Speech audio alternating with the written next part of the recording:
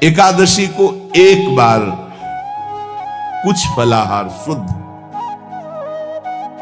अगर आपके पास कोई व्यवस्था नहीं तो थोड़ा दूध है, जल है, ऐसे आप लेकर, या थोड़ा सा फल ले लिया, थोड़ा सा फल लेकर के प्राण पोषण, एक दिन में मर नहीं जाओगे। कितने तो निर्जला एकादशी रहते हैं, हर एकादशी निर्जला। पूज्य श्री मथुरा दास जी निर्जला ही रहते थे हर एकादशी। चलो भैया, आपकी सामर्थ्य नहीं तो जल 2-4 बार ले लो, एक बार थोड़ा सा दूध और फल ले लो, चल जाएगा काम, प्राणों का पोषण हो जाएगा। ये आचरण न करे और एक बार कुछ आहार ले ले, वो भी शुद्ध भगवद अर्पित प्रसाद। फिर द्वादशी को काश्यम मांसम सुराम छौद्रम तैलम वितथ भाषणम व्यायामम च प्रवासम च पुनर्भोजन मैथुने अस्पृश्य स्पर्श मासूरे द्वादश्याम द्वादश त्यजेत। कांस के पात्र में द्वादशी को भी भोजन न पावे, जिस रसोई में मांस बनाओ उसमें आहार न ले, किसी भी तरह का नशा द्वादशी को न करे, शहद न पाए, तेल के बने पदार्थ न पाए, मिथ्या भाषण न करे और बहुत शरीर का व्यायाम न करे, बहुत थकावट वाले कार्य न करे, दोबारा भोजन न करे, एक बार द्वादशी को भी भोजन पवित्र, मैथुन न करे, जिसका स्पर्श नहीं किया जाता ऐसे पदार्थों का स्पर्श न करे, और मसूर की दाल न खाए। द्वादशी को जो इन नियमों का पालन करता है, दशमी द्वादशी ऐसे और एकादशी ऐसे, तब उसे एकादशी व्रत का फल प्राप्त होता है। जो इस पद्धति से एकादशी, ये जो मनमानी है सब नहीं, हर पदार्थ मिल जाएगा आपको फलाहार में, हर पदार्थ हमको बताया गया कि आपको जो चाहो सब पदार्थ फलाहार का। अरे भाई, हरितोष व्रत है तो हरि प्रसन्नता के लिए एक दिन भूखे रहने बहुत आनंद आता है। पहले भगवत कृपा से ऐसी गंगा जल पी करके कुछ दिन, फिर कभी कभी निर्जला एकादशी का भी आनंद। बड़े संन्यास मार्ग में थे तो बड़े संयम से सब शास्त्रीय पद्धतियों का निर्वाह होता था। उपासक को चाहिए कि इन नियमों से व्रत का अनुष्ठान करे, मनमानी आचरण न करे। सबसे प्रार्थना जो एकादशी रहते हो, हरितोष व्रत इसे कहते हैं, भगवान की प्रसन्नता के लिए रहा जाता है, रहना चाहिए। जो अपनी आचार्य परंपरा में हैं जैसे, जिनका सिद्धांत है, पर रहने का सिद्धांत ये श्री सनत कुमार जी वर्णन, श्री सनक जी महाराज, ये सनत कुमार जी वर्णन की। सनक जी महाराज कह रहे हैं, यदि भगवान का आश्रय नहीं, सत्संग नहीं है, तो इन 4 में से एक हो तो नाश कर देता, फिर चारों हो तो सर्वनाश हो जाता है।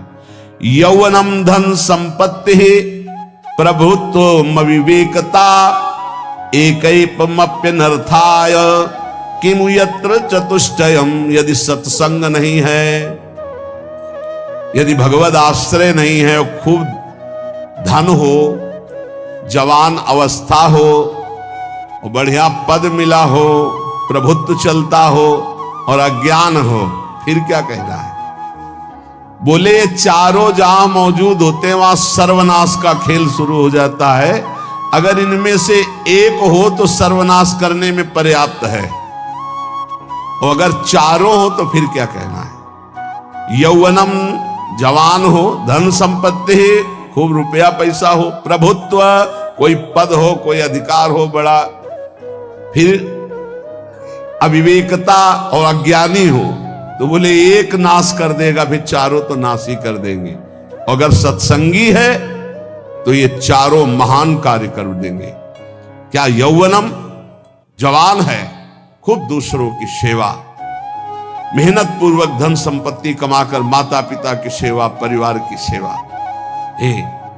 ये माता पिता, हमारा वेद कहता है, मातृ देवो भव, तैत्तरीयोपनिषद, मातृ देवो भव, पितृ देवो भव, आचार्य देवो भव, अतिथि देवो भव, यान्य नवद्यानि कर्माणि तानि सेवितव्यानि नो इतराणि यान्यस्माकः सुचरितानि तानि तोयोपास्यानि नो इतराणि ये के चास्माच्छेयाः सुब्राह्मणाः तेषां त्वया स्नेन प्रश्वसितव्यं श्रद्धया देयं अश्रद्धया देयं श्रिया देयं ह्रिया देयं भिया देयं संविदा देयं।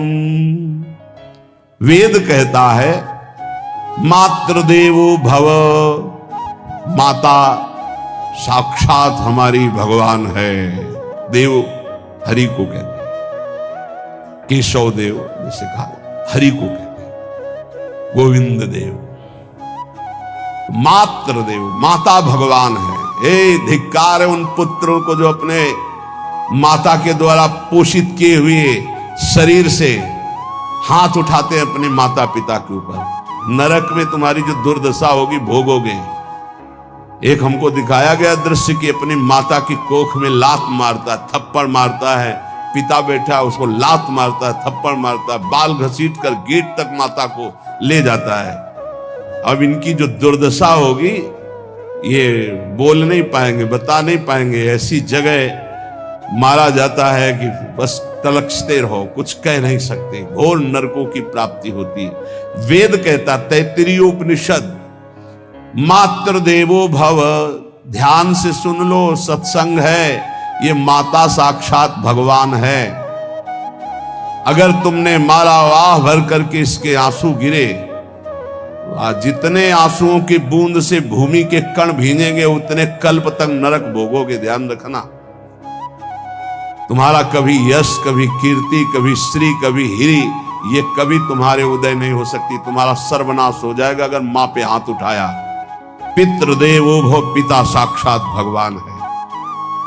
देखो भगवान अवतरित हुए तो प्रात काल उठी कहे रघुनाथा, मातु पिता गुरु नावहि माथा। आचार्य देवो भव, माता साक्षात भगवान है, पिता साक्षात भगवान है, आचार्य गुरुदेव साक्षात भगवान है। जो अपनी माता को, अपने पिता को दुख देता है, अपने गुरुदेव की अवहेलना करता है, उसका कभी मंगल हो सकता है? वो कभी सुख प्राप्त कर सकता है? वेद कहता है जो निर्दोष कर्म करते हुए धन कमाकर, कैसा कर्म? निर्दोष कर्म करते हुए धन कमाता है और उस धन से अपने बूढ़े माता पिता और गुरुजनों की सेवा करता है, जीवन धन्य है।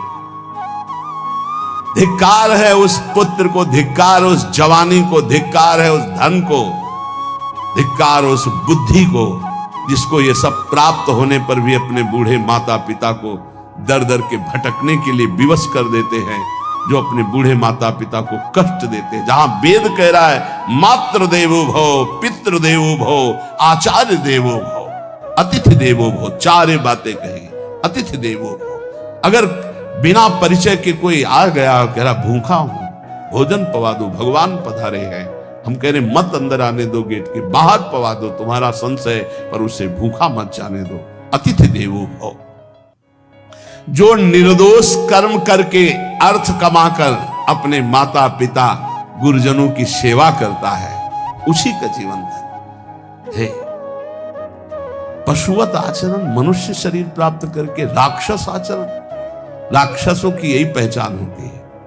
मां नहीं मातु पिता नहीं देवा, साधुन ते करवा वही सेवा।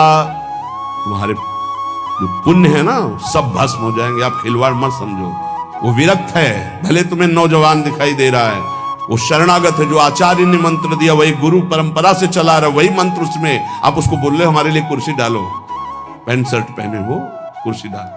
हाँ, आप असमर्थ हो तो हाथ जोड़कर प्रार्थना कीजिए कि बैठने में हमारी टांग टूट गई है, हम बैठ नहीं पा रहे हैं, क्या व्यवस्था हो सकती है क्या?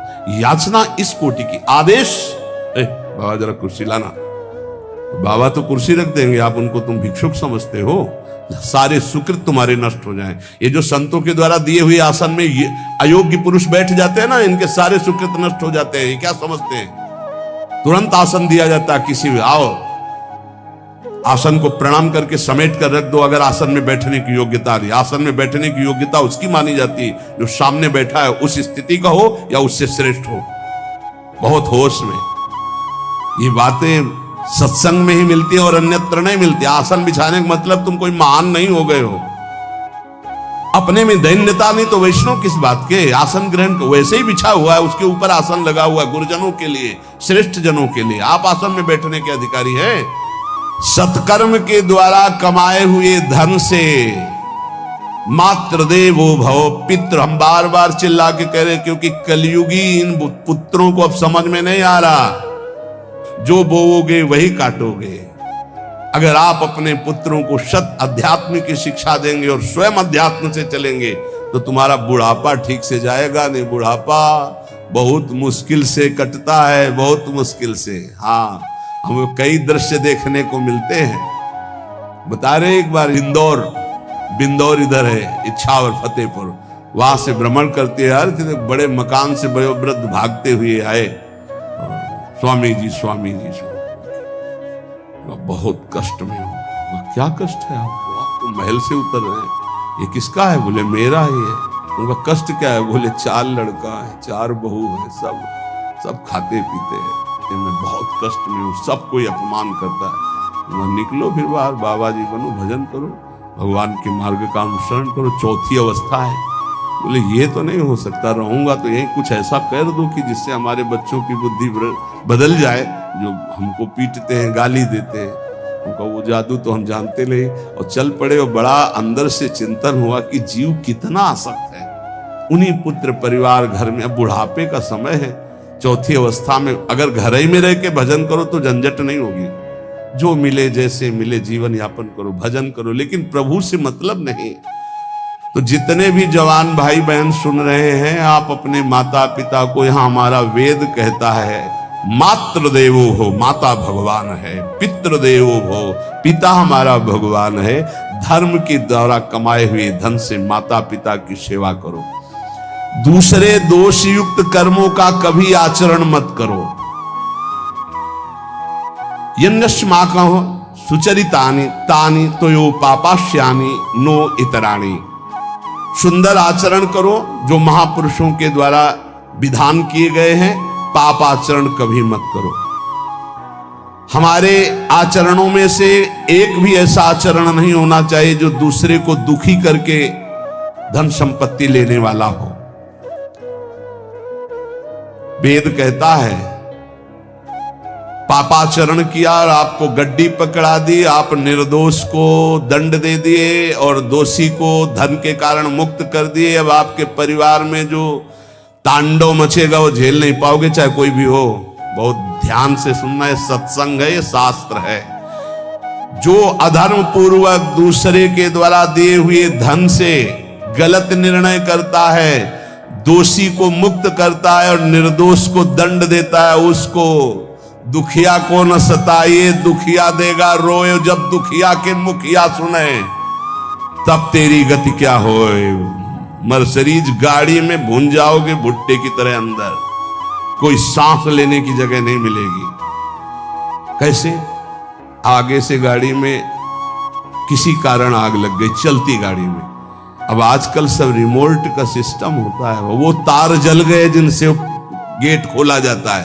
अब गेट लाख लोग हैं आसपास, कोशिश कर रहे हैं, ना गेट खुल रहा है, ना शीशा तोड़ा, भम मचा हुआ है। चीखते हुए अंदर एक एक परिवार का सदस्य भस्म हो रहा है। क्यों?